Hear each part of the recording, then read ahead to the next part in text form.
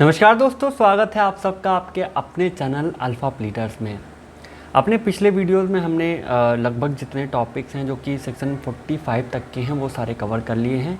और आज के इस वीडियो में हम बात करने वाले हैं time and place for performance, यानी कि कॉन्ट्रैक्ट के अंतर्गत परफॉर्मेंस का टाइम और प्लेस कैसे निर्धारित किया जाएगा और एक बंदा जो पार्टी है कॉन्ट्रैक्ट में वो कैसे परफॉर्म करेगा, कौन से टाइम पे कौन से प्लेस पे, ये सब चीज़ें डिसाइड कैसे की जाती हैं। तो इनके बारे में आज हम बात करने वाले हैं। इसमें अच्छा खासा मैंने अपने समझने के चक्कर में इसको पूरा एकदम गोद के रखा हुआ है, तो इसको थोड़ा सा साफ़ कर लेते हैं, फिर इस पर बात करते हैं हम, ठीक है। और आपको आपके ज्ञान के लिए बता दें कि ये वीडियो मैं एक बार बना चुका हूँ, लेकिन गर्मी बहुत ज़्यादा थी, पसीना इतना बुरा आ रहा था तो झुंझला के बंद कर दिए थे। अभी फिर से ये वीडियो बना रहे हैं और पीछे कूलर लगा दिए हैं ताकि परेशानी ना हो। तो सीधा आ जाते हैं अपने प्रोविज़न पे। तो सेक्शन 46 बात करता है time for performance of promise where no application is to be made and no time is specified, यानी कि ये बात करता है कॉन्ट्रैक्ट के अंतर्गत कि परफॉर्मेंस का टाइम कैसे डिसाइड किया जाएगा, कि जो परफॉर्मेंस करनी है एक पार्टी को वो टाइम फैक्टर कैसे डिसाइड करेंगे, स्पेशली उन कंडीशन में जबकि कोई एप्लीकेशन नहीं दिया जाना है, कोई एप्लीकेशन नहीं दिया जाना है और ना ही कोई टाइम स्पेसिफाई है, यानी कि ना तो एप्लीकेशन दिया जाना है और ना ही टाइम स्पेसिफाइड है। तो भाई बंदा कैसे परफॉर्म करेगा। इसको स्टार्ट करने पहले आपको दो चीज़ें समझ लेनी है। पहली चीज़ एप्लीकेशन समझ लेना है कि इसमें, क्योंकि एप्लीकेशन आपको बार बार सुनने में आएगा, तो अगर आप इसको समझ लेंगे कि एप्लीकेशन क्या होता है। बेसिकली एप्लीकेशन किसी तरह की एक रिक्वेस्ट होती है, एक निवेदन होता है किसी कार्य को करने के लिए या ना करने के लिए। कहीं कहीं पर एक एप्लीकेशन का मतलब ऑर्डर भी हो जाता है कि हाँ फलाना आदमी इस चीज़ के लिए एप्लीकेशन दे रहा है, तो यानी कि एक ऑर्डर दे रहा होता है, एक निर्देश दे रहा होता है ये काम करने का, यानी कि ये निर्देश भी हो जाता है। भाई हिंदी बहुत गंदी है। और डायरेक्शन भी हो जाता है। तो यहाँ पर जब हम बात करेंगे एप्लीकेशन की, तो एप्लीकेशन को हम लोग यहाँ पर डायरेक्शन, ऑर्डर, निर्देश, ये तीनों चीज़ें ध्यान में रख के चलेंगे। यहाँ पर रिक्वेस्ट नहीं लाएंगे कि एप्लीकेशन का मतलब होता है रिक्वेस्ट करना। यहाँ पर हम ये मानेंगे कि वो निर्देश देता है या संकेत देता है कि भैया तुमको ये वाला काम करना है। तो सेक्शन 46 उन कंडीशन के बारे में बात करता है जहाँ पे कोई कॉन्ट्रैक्ट है और इस कॉन्ट्रैक्ट के अंतर्गत दो प्रोविज़न दिए गए हैं। पहली चीज़, न तो कोई एप्लीकेशन का प्रोविज़न दिया गया है कि आपको एप्लीकेशन नहीं देना है किसी भी चीज़ को कंफर्म करने के लिए, टाइम फॉर परफॉर्मेंस को कंफर्म करने के लिए, और दूसरी चीज़ टाइम भी स्पेसिफाइड नहीं है। तो ऐसी कंडीशन में पार्टी क्या करेगी, प्रॉमिसर क्या करेगा, वो ये करेगा जो कि इसमें दिया गया है, where by the contract a promiser is to perform his promise without application by the promisee and no time for performance is specified. The engagement must be performed within a reasonable time.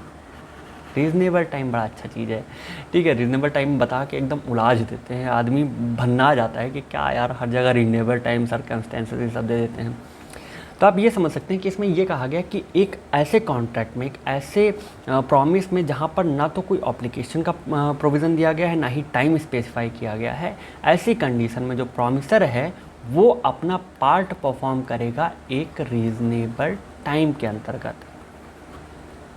अब reasonable time के बारे में बताया गया है explanation में, और explanation ये कहता है कि रीज़नेबल टाइम हर केस के हिसाब से अलग अलग हो सकता है। ये basically it's a kind of a question of fact अलग अलग होंगे तो रीज़नेबल टाइम भी अलग अलग हो जाएगा।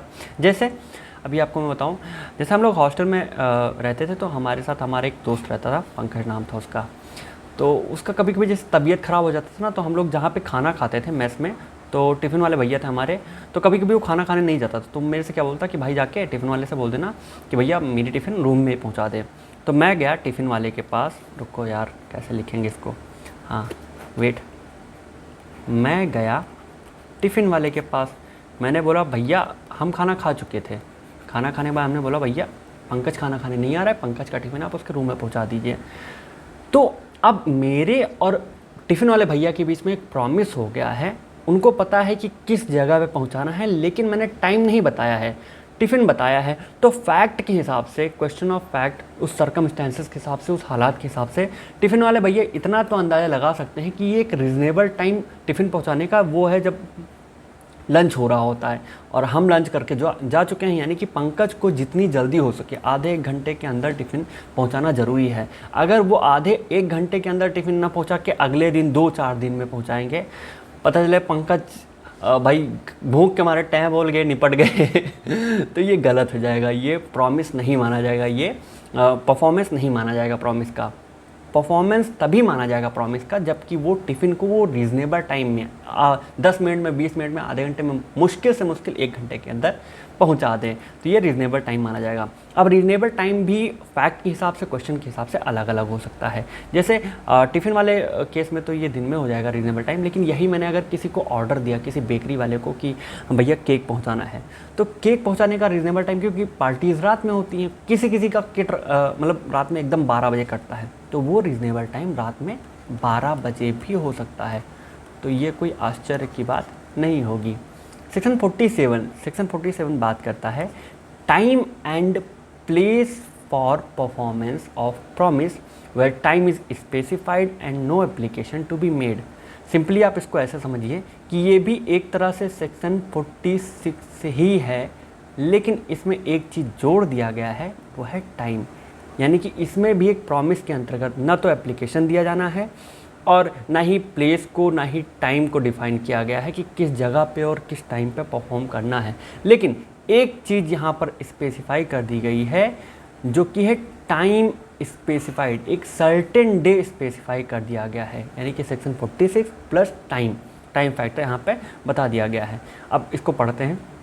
When a promise is to be performed on a certain day and the promiser has undertaken to perform it without the application by the promisee, the promiser may perform it at any time during the usual hours of business on such day and at the place at which the promise ought to be performed। यानी कि same चीज़ है 46 वाली, ही application नहीं देना है और place भी नहीं बताया गया है कि किस जगह पे आपको परफॉर्म करना है, और ना ही एक स्पेसिफिक टाइम बताई गई है। बस ये है कि एक सर्टेन डे बता दिया गया है कि इस फला डे को आपको परफॉर्म करना है। तो उस डे में भाई एक डे में 24 घंटे में कब परफॉर्म किया जाएगा, आदमी तो परेशान रहेगा ना। तो इसमें ये बताया गया है कि 24 घंटे में आप यूजुअल आवर्स ऑफ बिजनेस में ही परफॉर्म करेंगे। यूजुअल आवर्स ऑफ बिजनेस क्या होता है? बिजनेस टाइम के हिसाब से अगर आप कभी कोई चीज़ ऑर्डर करते होंगे ऑनलाइन, तो वो पूछते हैं ना कि ऑफिस पे करना है या होम पे करना है, क्योंकि होम पे तो आप कभी भी ले सकते हैं, लेकिन ऑफिस का एक टाइम होता है। जैसे ऑफिस सुबह 9 से लेके शाम को 5 बजे तक ही खुलता है या 6 बजे तक ही खुलता है, तो ये उस ऑफिस का यूजुअल आवर्स ऑफ बिजनेस हो गया। इसी तरह से अलग अलग जगह पे अलग अलग यूजुअल आवर्स ऑफ बिजनेस होता है। तो उस प्रॉमिसर को अपना जो पार्ट परफॉर्म करना है वो यूजुअल आवर्स ऑफ बिजनेस में ही परफॉर्म करना होगा। जैसे कि मैं फिर से कहीं गया हूँ यार, जाते जाते थक गया हूँ। मैं गया एक इलेक्ट्रॉनिक शॉप वाले के पास जो कि मेरे जान पहचान वाले थे, और मैंने उनसे कहा कि भाई मेरे हमको चाहिए एक बढ़िया झक्कास सा ओवन, खाना एकदम मस्त गर्म कर करके खाएंगे, बहुत ठंडा खाना खा लिए। तो ओवन लेने गए और इनको हमने पैसे दे दिए, ओवन के जो भी पैसे थे, और मैंने इनसे कहा कि मुझे मंडे को ओवन चाहिए अपने घर पे डिलीवर। अब भैया मेरे इलेक्ट्रॉनिक वाले भैया मंडे को ऐसा तो होगा नहीं कि हाँ मेरे घर पे डिलीवरी चाहिए, ऐसा तो है नहीं कि रात में 2 बजे दरवाज़ा भड़बड़ा दीजिए, अरे ले भाई साहब आपका ओवन। घर वाले भड़क जाएंगे, हमों को मारेंगे और उसको तो कूटाएंगे ही। तो यूजुअल आवर्स ऑफ बिजनेस ये है कि वो सुबह हमारे घर वाले 6 बजे 5 बजे जग जाते हैं, तो सुबह 5 बजे से ले के रात में 11 बजे तक जब तक आदमी जगते हैं, 11 बजे बहुत ज़्यादा हो गया, शाम को 6 बजे तक वो कभी भी पहुंचा सकता है। ये यूजुअल आवर्स ऑफ बिजनेस कहा जाएगा। ठीक है, आई होप समझ गए होंगे। सेक्शन 48 बात करता है application for performance on certain day to be at proper time and place. ये बात करता है परफॉर्मेंस के बारे में, जो कि प्रॉपर टाइम और प्लेस को डिसाइड करने के लिए इसमें एप्लीकेशन दिया जाएगा। यानी कि ये भी सेक्शन 46 और 47 की तरह ही है, लेकिन इसमें एक इम्पॉर्टेंट चीज़ आ गई है, वो ये है कि यहाँ पर एप्लीकेशन, अबे यार इतना गंध मचा के रखे हैं, रुको यार साफ़ कर दें। हाँ, इसमें इंपॉर्टेंट चीज़ आ गई है कि इसमें एप्लीकेशन को अलाउ कर दिया गया है कि आदमी जो है पार्टी वो परफॉर्मेंस के लिए एप्लीकेशन दे सकता है कि भैया किस दिन किस टाइम पे किस जगह पे हमको परफॉर्म करना है। हरिओम।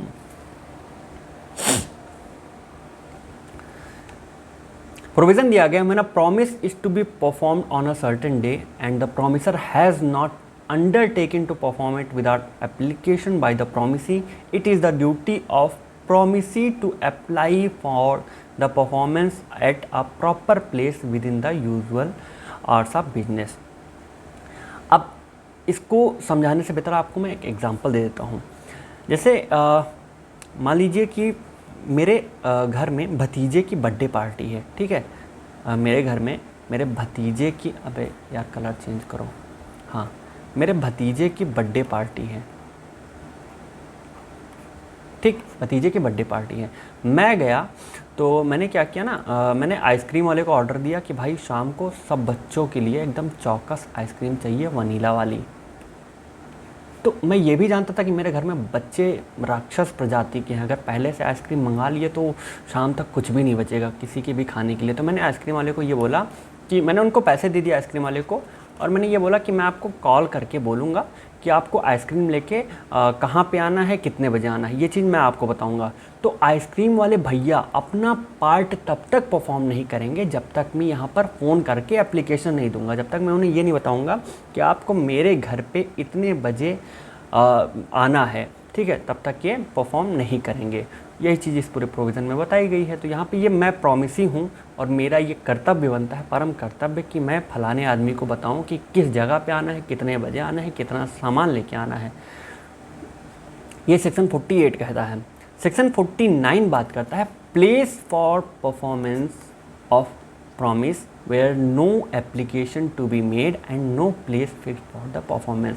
यानी कि प्रॉमिस को परफॉर्म करने के लिए प्लेस का निर्धारण कैसे किया जाएगा, जबकि उस कंडीशन में जहाँ पर एप्लीकेशन का भी प्रोविज़न नहीं दिया गया है और ना ही कोई प्लेस फिक्स्ड है जहाँ पे उसे परफॉर्म करना है। तो ऐसी कंडीशन में when a promise is to be performed without application by the promisee and not place is fixed for the performance of it, it is the duty of promisor. फिर से याद कर लीजिए गुरु। It is the duty of promisor to apply to the promisee to appoint a reasonable place for the performance of the promise and to perform it at such place। यानी कि एक ऐसा contract है जहाँ पर हम लोगों के बीच में सब चीज़ फिट हो गया कि परफॉर्म करना है और कितने रुपए का है, कहाँ का है, ये सब चीज़ परफॉर्म हो गया, ये सब मैंने डिसाइड कर लिया प्रॉमिसर और प्रॉमिसी के बीच में। लेकिन प्लेस डिसाइड नहीं किया कि किस जगह पे परफॉर्म करना है। तो यहाँ पर जो प्रॉमिसर है उसका ये परम कर्तव्य हो जाएगा कि वो खुद से प्रॉमिसी से फ़ोन करके पूछे या कांटेक्ट करके पूछे, एप्लीकेशन दे के पूछे कि भैया पहुँचाना कहाँ है माल। जैसे अगर आपने दे दनादन मूवी देखी हुई है तो आपको पता होगा कि अक्षय कुमार एक कॉन्ट्रैक्ट करते हैं एक मामू से। मामू वो गुंडा होता है जो वहाँ का। तो यहाँ पर अक्षय कुमार है, इन्होंने मामू से किया कॉन्ट्रैक्ट कि मामू मेरे को एक लाश चाहिए, ठीक है, एकदम फाड़ू लाश चाहिए अच्छी खासी। मामू ने कहा ठीक है हम ले आएंगे लाश। ये लाश लेके वहाँ से चल दिए, और जब ये चल दिए फिर इनको याद आया अरे यार ये तो इसने बताया ही नहीं कि किस जगह पे पहुँचाना है। लाश तो हम लेके चल दिए, अब इसको ऐसी ऐसी जगह लेके घूमेंगे तो पुलिस धरा लेगी, बहुत कूटेगी। तो ये क्या करेंगे, ये यहाँ पर अक्षय कुमार को एप्लीकेशन देंगे कि भैया जगह तो बताओ कहाँ लाश पहुँचा दें, किसके घर पहुँचा दें, गलत जगह पहुँचा दिए तो ज़िंदगी यही खर्च हो जाएगी। तो अक्षय कुमार फिर इनको बताएंगे कि हाँ वो होटल और ये इतना रूम नंबर में ऐसे पहुँचाना है। तो ये सेक्शन 49 कहता है। सेक्शन 50 एकदम शीशे की तरह साफ है, बहुत अच्छा प्रोविज़न है। ये ऐसा प्रोविज़न है जो एक बार में पढ़ के समझ में आ जाएगा। सेक्शन 50 ये कहता है performance in manner or at time prescribed or sanctioned by the promise. The performance of any promise may be made in any manner or at any time which the promisee prescribes or sanctions। यानी कि जब promise हो रहा होता है, जब contract बन रहा होता है और प्रॉमिसी उठा के उसमें हर एक चीज़ को मैनर और टाइम, प्लेस या कोई भी चीज़ वो अगर पहले से ही प्रिस्क्राइब कर दिए, वो उसमें पहले से मेंशन कर दिए, लिख दिए हैं, तो पूरा परफॉर्मेंस जो होगा वो उसी वे के अनुसार, उसी तरीके से होगा जैसा कि इस बंदे ने लिखा हुआ है। जैसे कि अक्षय कुमार और मामू के बीच में डील हो गई कि अच्छा ठीक है, मैं तुमको इतने पैसे दूंगा, तुम मुझे इतने बजे ये लाश इतनी कैटेगरी की, इतनी लंबी, इतनी गोरी मुझे दोगे, और होटल में आके सीधा चुपचाप रूम में रख के निकल जाओगे, किसी से कुछ नहीं कहोगे, मैं ऑनलाइन पेमेंट करूँगा। ये हर एक चीज़ जब अक्षय कुमार और मामू ने पहले से ही डिसाइड कर लिया, बेसिकली अक्षय कुमार ने जब पहले से डिसाइड कर लिया प्रॉमिस ही होने की वजह से, तो पूरा कॉन्ट्रैक्ट उसी के हिसाब से चलेगा। सिंपल है। बाकी और अच्छे से समझने के लिए आप इलस्ट्रेशन पढ़ लीजिएगा, मज़ा आएगा आपको पढ़ के। और आज का वीडियो यहीं पे समाप्त होता है। आई होप कि आपको मज़ा आया होगा। अगर अच्छा लगा है तो लाइक करिए, कमेंट करके बताइए कि कौन सा प्रोविज़न आपको समझ नहीं आया या कुछ अच्छा लगा हो, तो कमेंट करके ज़रूर बताइए कि क्योंकि ये पढ़ के ना अपने को खुशी होती है, हमें अच्छा लगता है कि हाँ किसी ने कुछ अप्रिशिएट किया है। तो बाकी के लॉ से रिलेटेड वीडियोस के लिए साथ में बने रहिएगा। अगर ये हमारी पहल, हमारा ये अभियान आपको पसंद आ रहा है तो साझा ज़रूर करिएगा। धन्यवाद।